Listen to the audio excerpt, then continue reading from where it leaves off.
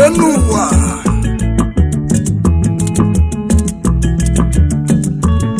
anyị ga na-ayọli ụwa maka na onye nwụrụ ọbụna ibe o mere anwụgo.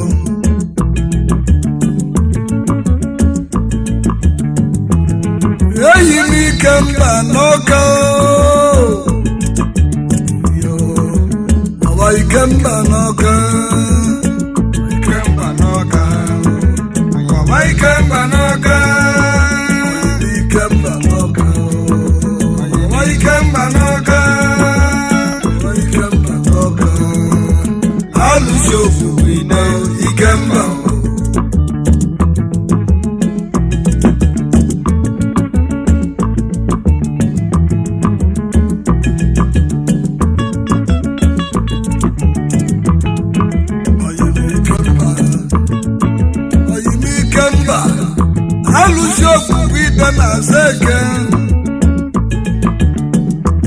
dịka na-abọlụ mkpụrụ n'ụba onye dị bụ na ike mba ọka gị na-egbu ọ bụ chi Christian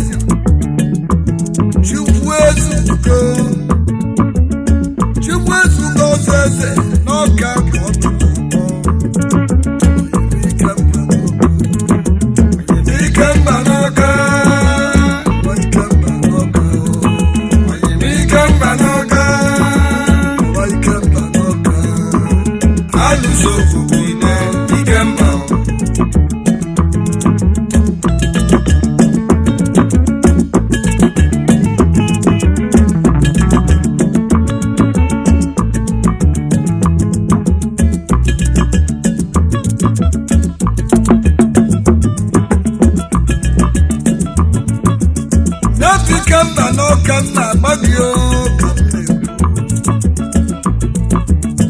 n'ihe mụrụ ya ka esi amụ anyịnya n'afọ maka na nwaanyị ya na-eji ọdịmma. Nne ya bụ Jofiri ọzọ eze nna m ideji ogbugbu anyị ekene ideji ogbugbu n'ọka ka anyị na-akpọ ezi nna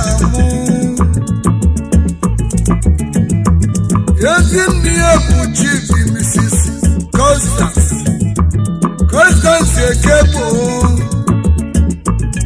Ekebo nwa ọzọ eze n'ọdụ na onye mma gbara n'ime ya ezi nne m nwanyị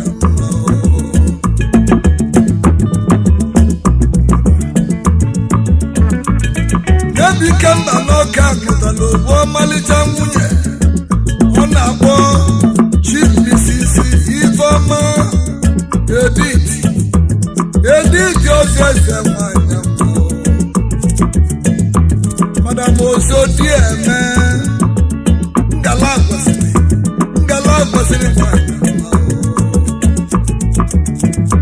ezigbo ebe na-etanụ nwoke chukwu na mmụ ogbu ọka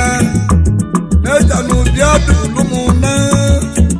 ngala kwesịrị bịa oho na ya ka na-akpọ gị oyimike mba n'ọka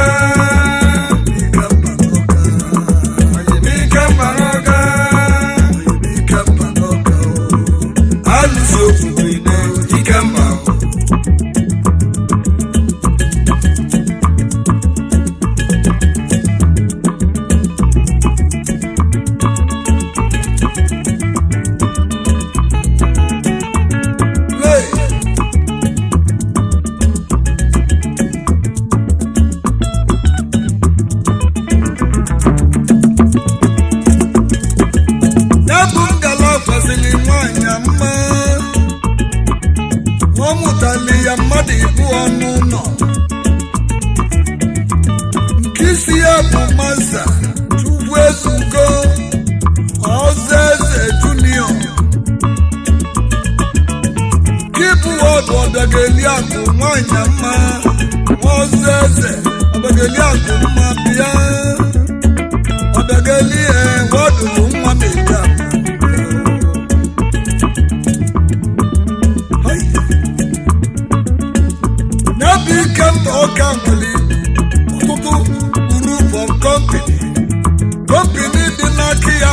n'ụba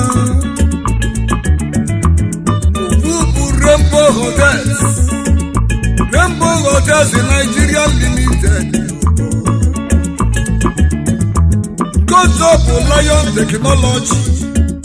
Lion Technology West African Limited Nana Lion Estate Developers Nigeria Limited Kino Budioka Holdings Yoga Holdings Nigeria Limited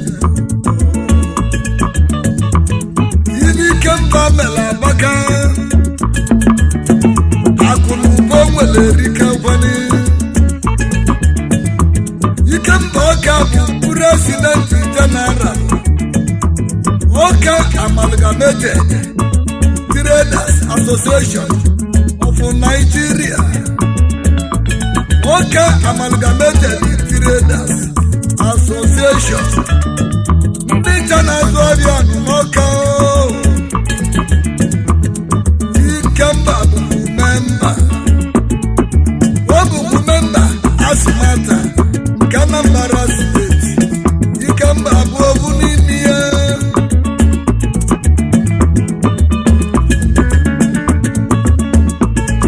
niile ka ejiri nye Ikemba ibe ejiji ya Ikemba bụ na Igbo Meloka onyele scholarship aghala ayala ndị onyele aka n'ọka abalị ụba maka na ejiri ọnụ etinye azụ n'ofe Ikemba alụsi ofufu idagasa Ikemba onye na-agbalụ mkpụrụ n'ụba Ikemba dịka a na-ajụ obodo abịago Ikemba utu nkịta bụ sọ ọnya Ikemba utu dịka na-atụ aja ime Ikemba eyeyo Ikemba oyime Ikemba n'ọka oyime Ikemba n'ọka Ikemba n'ọka oyime Ikemba n'ọka Alụsofu ide Ikemba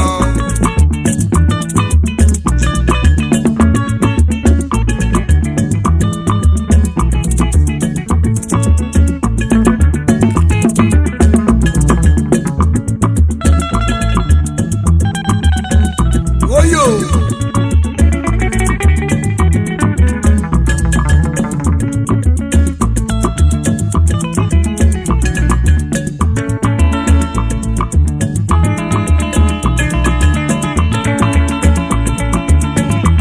mara onye nnu na atụrụ atụrụ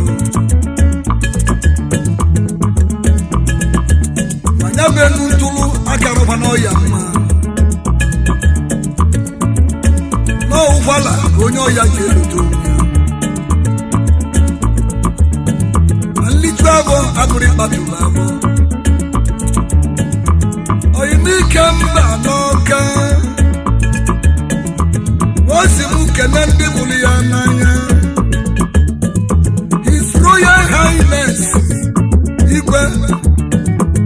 Kirisili Nwosu Yesu ụzụ tu n'ọka ka anyị na-akpọ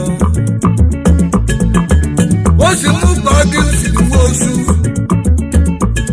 n'ọba ọkụkụ zọrọ nwunye na-eburi n'ọbụ na nwa akụzilie nna ibe nyagwe nna akụzieli nwa ibe nyagwe ekwue n'ọba akụkọta uche ka anyị ga-eji gaa ogbenye na-amasịrị ọnụ ibe dị Yesu ụzọ nwanyị na gị kelele ya bụ eze ụzọ bụ Chancellor Osumanda Fodio University na Sokoto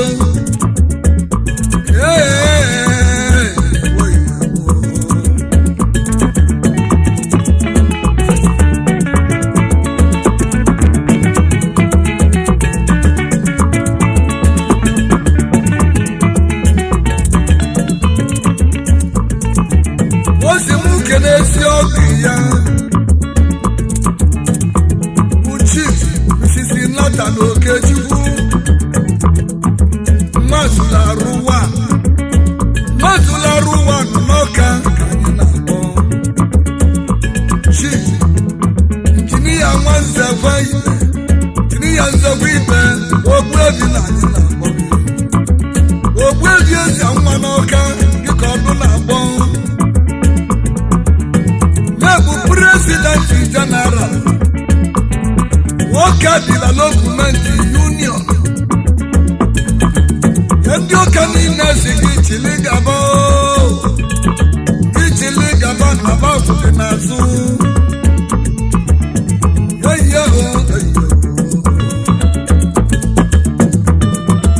si m kele Conrad Ijazi onye agba nwoke buru ụzọ n'Ọka ngịka ọdụ na-akpọ Chairman Nigerian Labour Congress Anambra State Chapter Conrad na anyị Obiora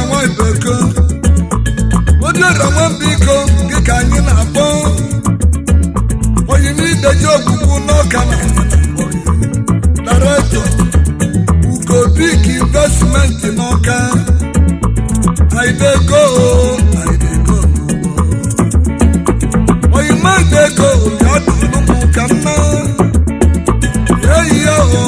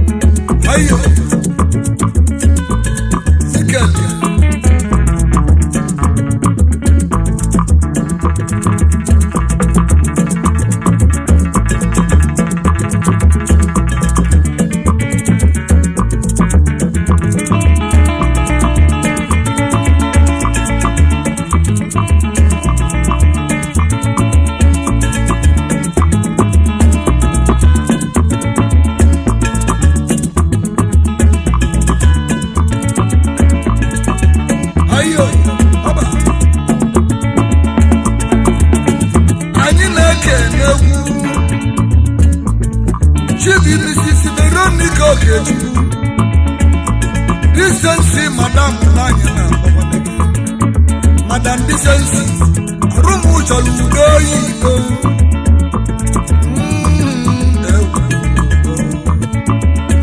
There's the one near Buchibok, one says, Chibok, Nanya, General Manager,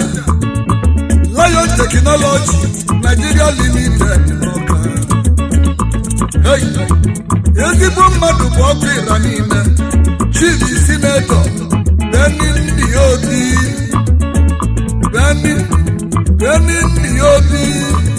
alụsị ojele Igbo n'Ọka onye jide nwata wenye ya aka elu aka lọbi ya elo o wetuo onye bụ ibe Obi ọ bụ ibe Chukwu gwuru ga-eme adị na-ekenekweni abọsụ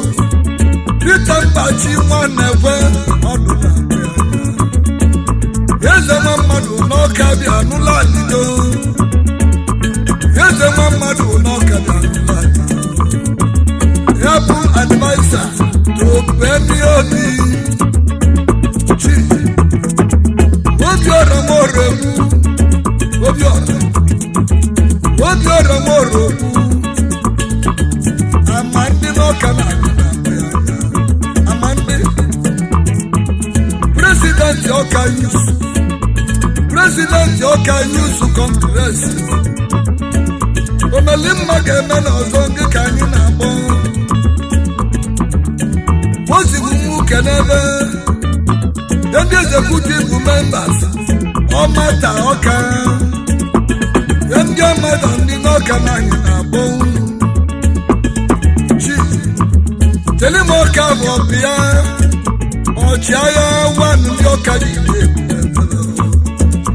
Telimoka bụ ọchịagha Ọka na anyị na-ekele gị Chairman Managing Director Success Hotels and the Communication Nigeria Limited. Osimukene His Excellency Chris Nwabeze Ndiga ka anyị na-agụrụzili ọnwa ezi nwa gọvanọ ndị Anambra steeti ọnwa na-akọbịa onyili mmagba n'ọka adakata abụọ Igbo land. Nwabeze Ndiga na anyị na-ekene gị ọlụomi na-alụ na Anambra steeti ezi mba ukwu dị ka onugbu ndị mmụọ ngige egbochi isi gị ya egbola esi anya ọbụma ezi m ogidi wee jebe Abadeto ọbụna ngige alụsigokwa n'ezi si Ọnịcha lue Mkpọ ngige alụba adọgị ya si Mkpọ lue Nnodi ngige alụsi gị ya n'aka ji wee kweta si na ngige na-eme mma ọ na-eme mma ọ na-eme mma ọ na-eme mma ọ na-eme mma onye chia mma ọchị ya ugboro na-abụ si rapụzie ngige ka o mere once mmadụ bụ His Excellency wabụgolu His Excellency forever. O nwere ọkụ na-abụ Chukwu gwọrọ nye ngige n'aka unu gama na ngige na-ekwu ọ na-eje ụka nke izizi bụ awụchabụ mkpu Kiliana nke izizi bụ awụchabụ mkpu Kiliana ebu ka isi eli ngige na ọgwụla ebe ọgwụ nke ịbụọ bụ awụ etigbusi ọdịrị emibe mene ngige ma dịkwa ndụ ga-egbu idigo idigo ma na-achị ibe na-ekele oge tuchukwu usoro ekwu ahịhịa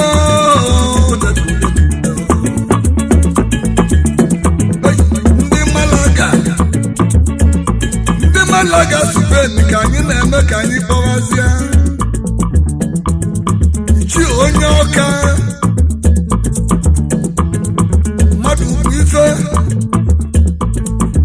mmadụ ukwu falo bịa dụlụ m na Malaga onye m mmadụ ụka nwee na mmụọ enyi mmadụ ụka na mmụọ ka anyị na-akpọ Papa Mkpe na Igwebike Secondary School mmadụ ụka nwee na mmụọ bịa Joshua Nwofili na Mgbagwu ka anyị na-akpọ Ebubedike na Malaga eze ndị Igbo na Malaga niile Michael nwanna gboo ụgbọ na Malaga olu n'ilo dị igwe nwee na mmụọ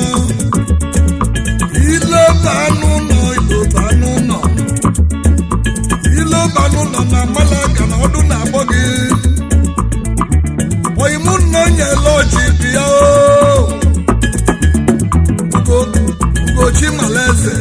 Ugochi Malaeze bịa n'onye lọji ahịhịa Masiwel Eze na Malaga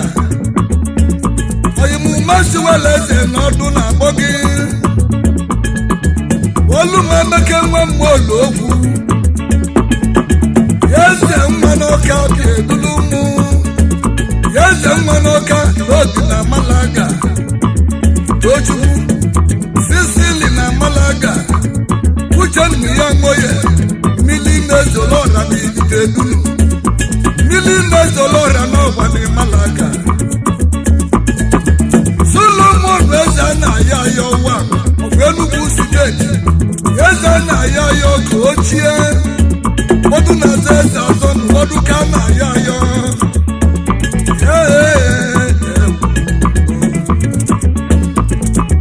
Tempo Madrid na Spain oyimomenize na Malaga Patrick Mogondi Noka Odira restaurant na Malaga Odira Umunnamu Ono soja Nefela Ono Bakasi Munadi Okeke Mono people Baloka Oko Bani na unknown Kosi wa fuluo Onya tuzibe muni yangu Odiko muni vili Obodane koruko nyankiti noburubo Oyimika mbaloka Oyimika mbaloka Oyimika mbaloka Oyimika mbaloka Azuzu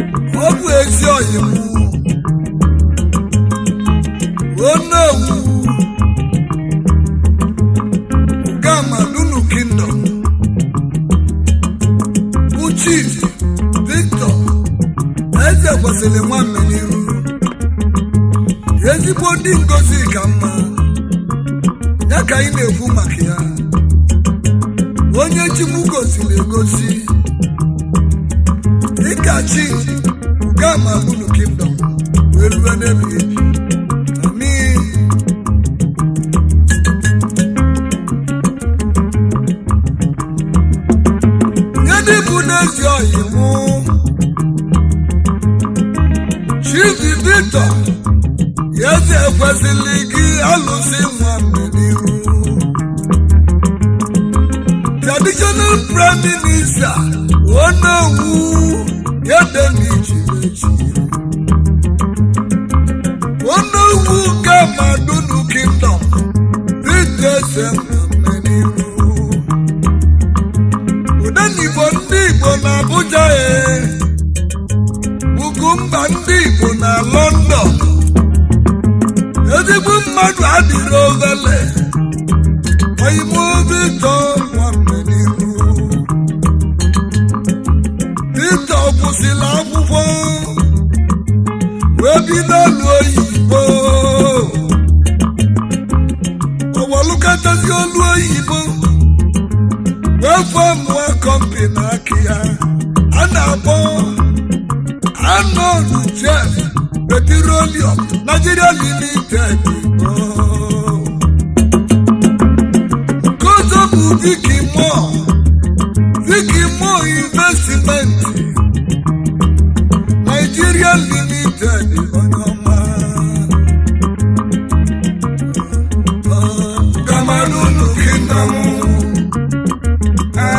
Ugamanunu Kingdom Ugamanunu Kingdom Ugamanunu Kingdom Abia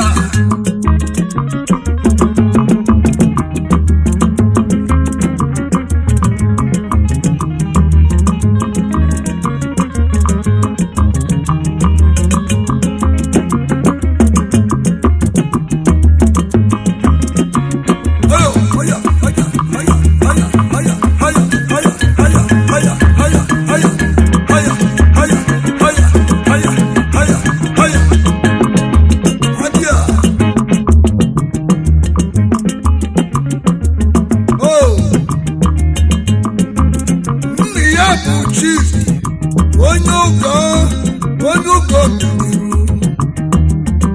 onye ugo mmeniru ubi ha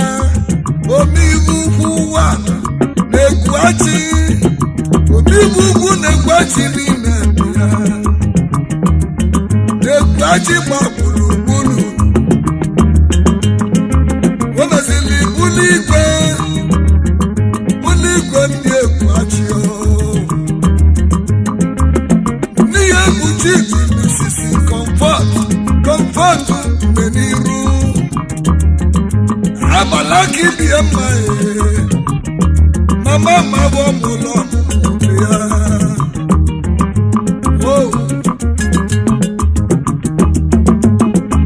ya ndị bitonyela aka n'elu ụwa bara ụba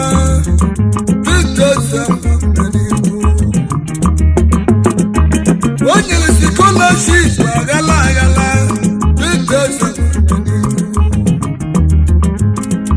ọ gbapụrụ mmiri ka ndị mere ndị egwu achị o ji n'isi diriji light aghala n'ime ndị mere egwu achị Tito nwamme n'iru Oluchukwu zitere n'ọgalụ ụkpalụkpa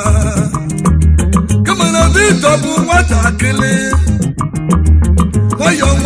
ka o ji aga okwu ejila nwayọ na-esere okwu oyimụ Tito nwamme n'iru ịwakwala ezigbo mmadụ akpaka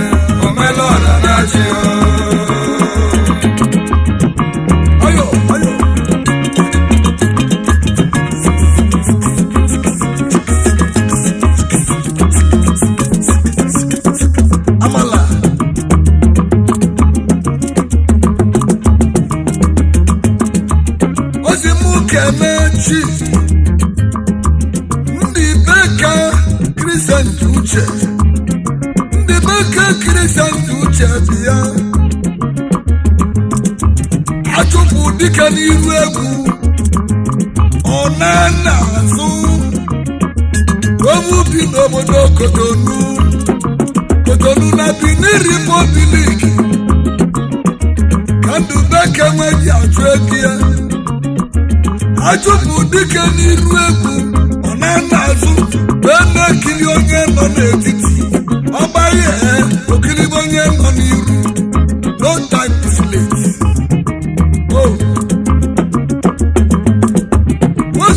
kene ezi oyi ya onye mbụleri oke bụ ezi nwanne m Chief ọnọchie Douglas Ọnụọra Mayor nke mbụleri ọzọ onye mmalite ga-eso emelie ezi oyi mụ ọnọchie Douglas Ọnụọra ya ọzọ onye mmalite ga-eso onye emelie Mayor na mbụleri Mayor bịa Mayor ibe dị iche echi Chief Cletus Akalusia mana azụ anya nli waski na-achị waski na-achị Chief Amaka Ọzọmma omemma na mmụ agwụlụ omemma na mmụ agwụlụ onye nna agwụlụ ọkpọkwute aka ji akụ ofu Enugu steeti ozi m kene nnukwu anyị mụ His Royal Highness Chief Godwin mmadụ igwe mgbapụ ọfụ mgbapụ kingdom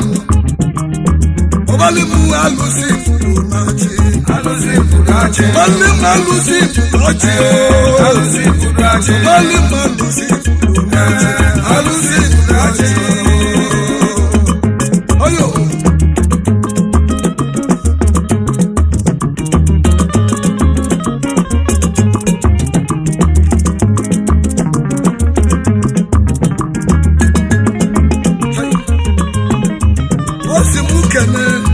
Chief Sodi onye nso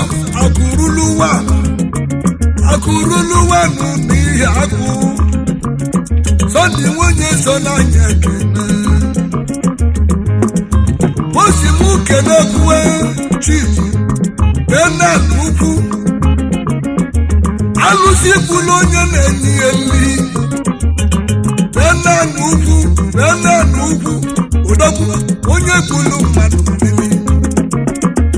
alụsị kwulu onye na-enye ya nri ọgwụ aja alụsị mgbọrọgwụ gbachitelezi nke na-edu onye ọbụla n'ukwu olu mmụọ odogwu Igbo niile enu odogwu Igbo niile olu mmụọ odogwu obebe na-anụkwu meku na aka na-ele ihe bụ na aka na-ele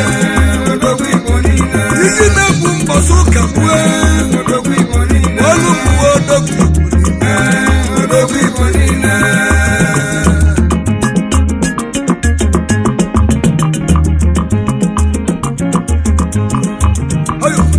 olu mmụọ odogwu Igbo niile odogwu Igbo niile olu mmụọ odogwu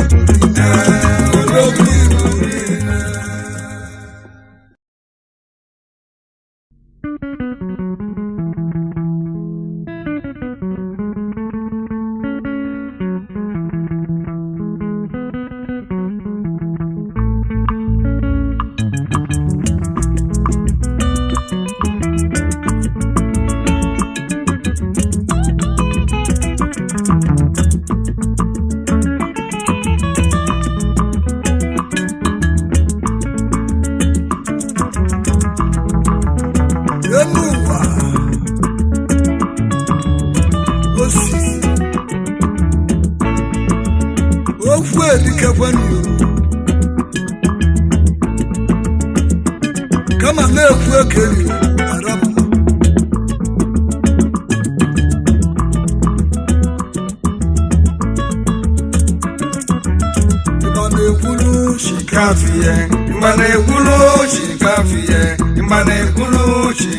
Mgbanekulu onye eze ọgaranya ekwerike bụ na mụ Mgbanekulu chikafiye Mgbanekulu chikafiye Mgbanekulu onye eze ọgaranya na-ekwulu chikafie ịgba na-ekwulu chikafie ịgba na-ekwulu onye eze ọgaranya ekwenike bụ na mụ onye eze n'Enugu onye eze n'Enugu ka ọdụ na-agbọ Alhaji Chikafie Odogwu ọ napụla agwụ ibe akwụkwụ n'ọnụ Chief Honorable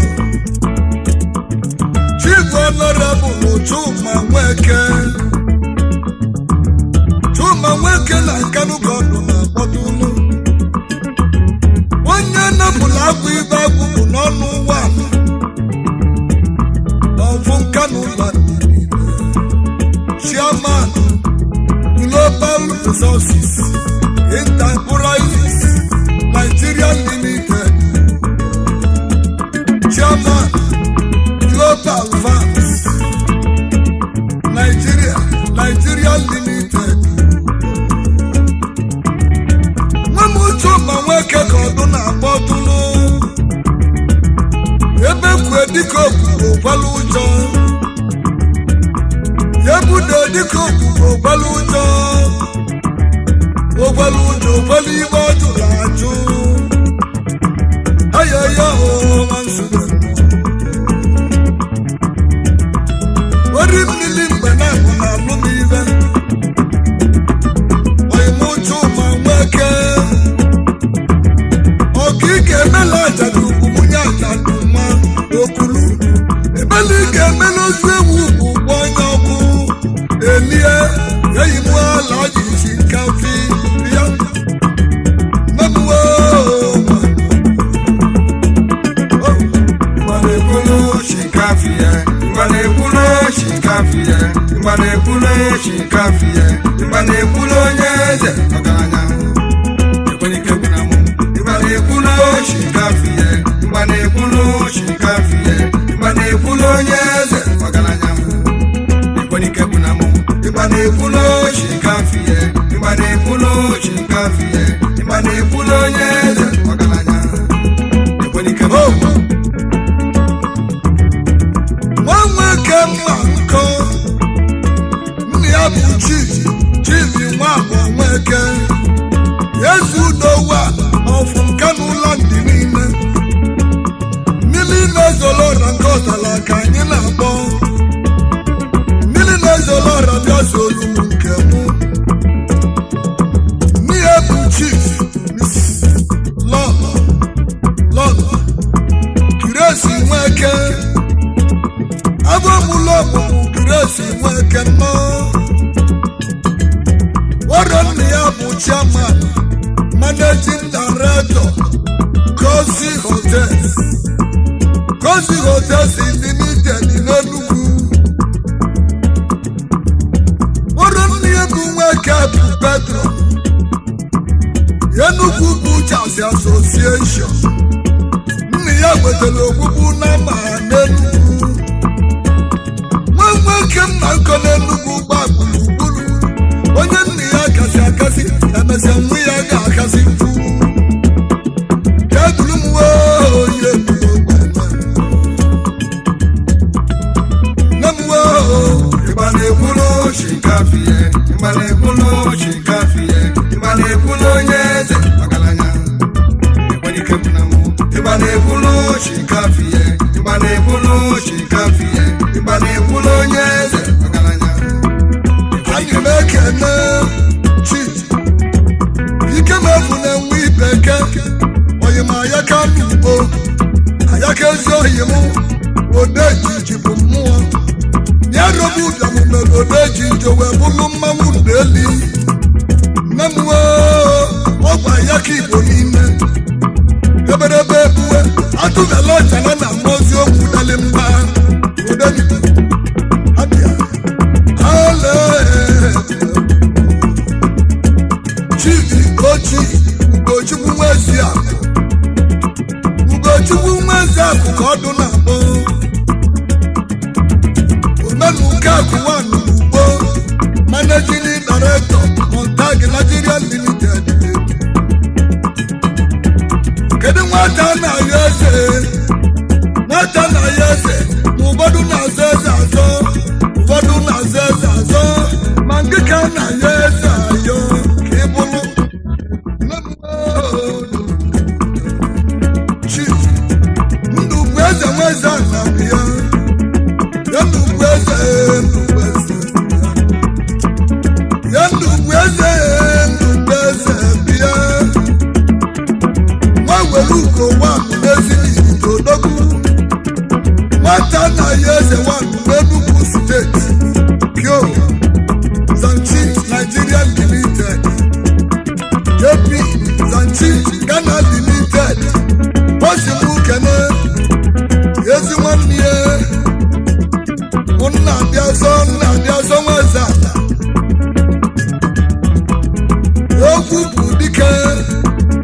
ogwu bụ dike na aka n'obi ya n'ọdụ na-akpọ gị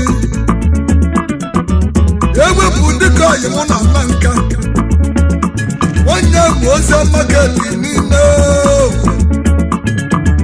chibitod moto